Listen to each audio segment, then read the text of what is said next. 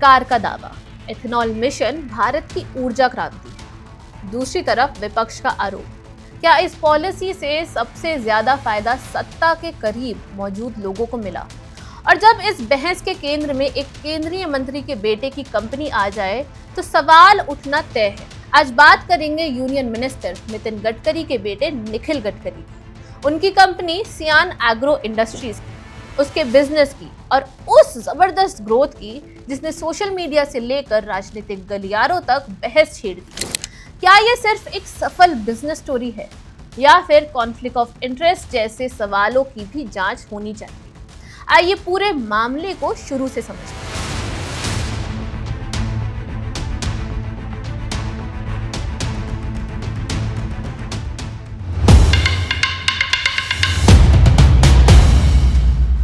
नमस्कार, मैं हूं विशाखा शर्मा और आप देख रहे हैं one India Hindi.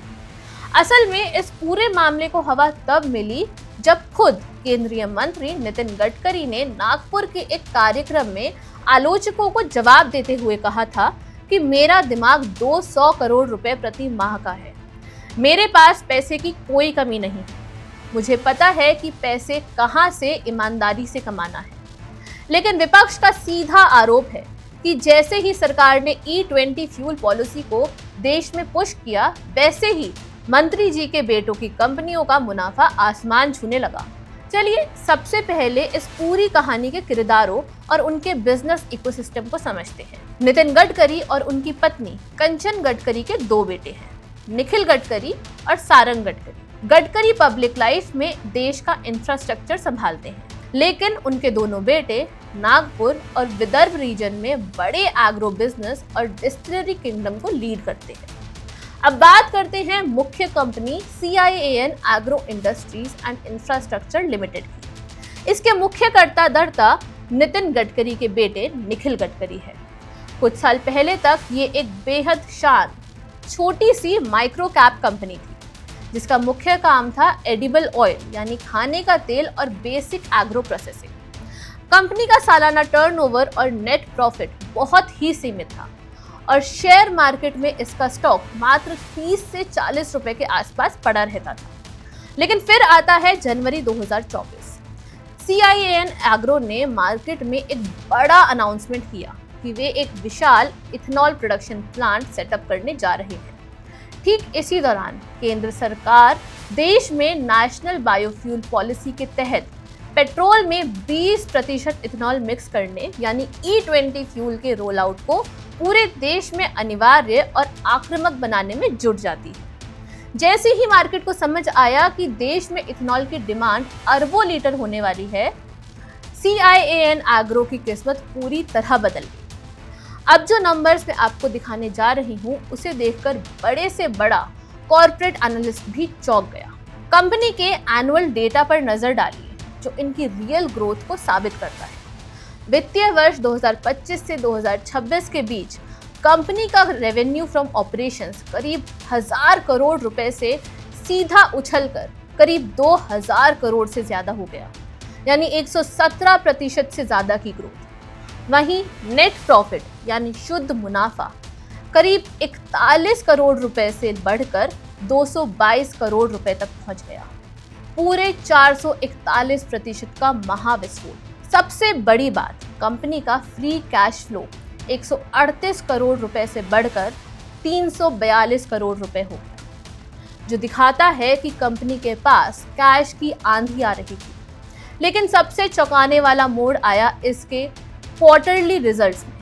Q3 FY25 में कंपनी का मुनाफा करीब 32 करोड़ रुपए था, जो Q4 FY25 में गिरकर सिर्फ 8 करोड़ रुपए रह गया। लेकिन जैसे ही Q1 FY26 आया, रेवेन्यू करीब 523 करोड़ रुपए और शुद्ध मुनाफा सीधे 52 करोड़ रुपए रिपोर्ट हुआ। अगर इसकी तुलना इसके पिछले साल के इसी क्वार्टर के बेस से की जाए तो ये मुनाफा हजारों गुना ज्यादा था।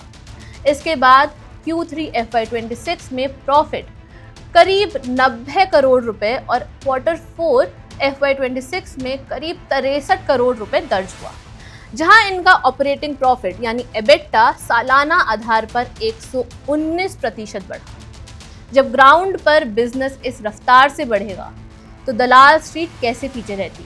सियान एग्रो का स्टॉक रिटर्न 1 साल में 219% और 3 साल में 249% दर्ज किया गया।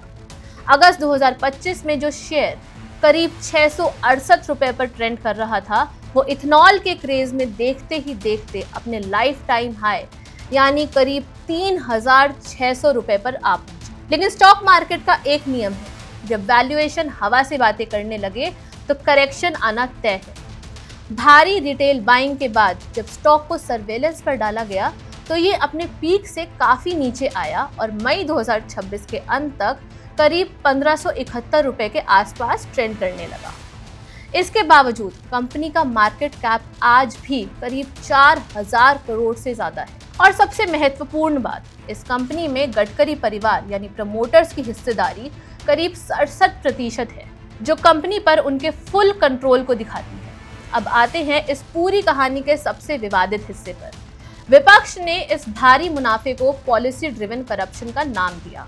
अगस्त 2025 में कांग्रेस प्रवक्ता पवन खेड़ा ने आरोप लगाया कि एक तरफ केंद्रीय मंत्रालय इथेनॉल ब्लेंडिंग को देश में अनिवार्य बना रहा है, वहीं दूसरी तरफ केंद्रीय मंत्री के बेटे की कंपनी को इसका सीधा वित्तीय फायदा मिल रहा है। विपक्ष ने इसे कॉन्फ्लिक्ट ऑफ इंटरेस्ट का क्लासिक केस बताया। विवाद सिर्फ राजनीति तक सीमित नहीं रहा, सोशल मीडिया पर आम वाहन मालिकों ने भी मोर्चा खोल दिया। लोगों का दावा है कि E20 फ्यूल की वजह से उनकी गाड़ियों का माइलेज 6 से 8% तक कम हो गया और अप्रैल 2023 से पहले की गाड़ियों के इंजन में खराबी आ रही है। इन तमाम आरोपों पर नितिन गडकरी और उनके परिवार ने डंके की चोट पर जवाब दिया। गडकरी ने स्पष्ट किया कि उनके बेटे जायज बिजनेस करते हैं, जिनमें इंपोर्ट एक्सपोर्ट और चीनी मिलें शामिल हैं। उन्होंने कहा, मैं निजी लाभ के लिए कृषि में कोई प्रयोग नहीं कर रहा। मैं अपने बेटों को विचार देता हूँ, धोखाधड़ी का सहारा नहीं लेता। राहत की बात यह भी है कि आयकर विभाग या किसी अन्य जांच एजेंसी को किसी भी तरह का नियमों का उल्लंघन नहीं मिला।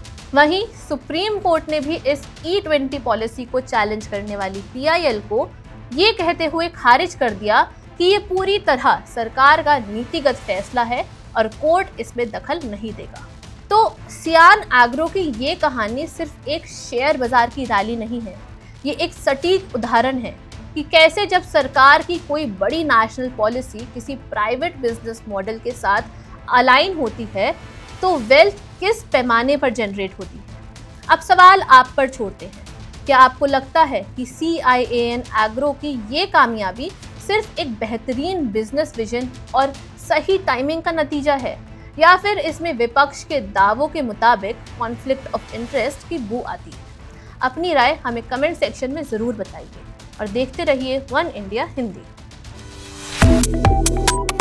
Subscribe to One India and never miss an update. Download the One India app now.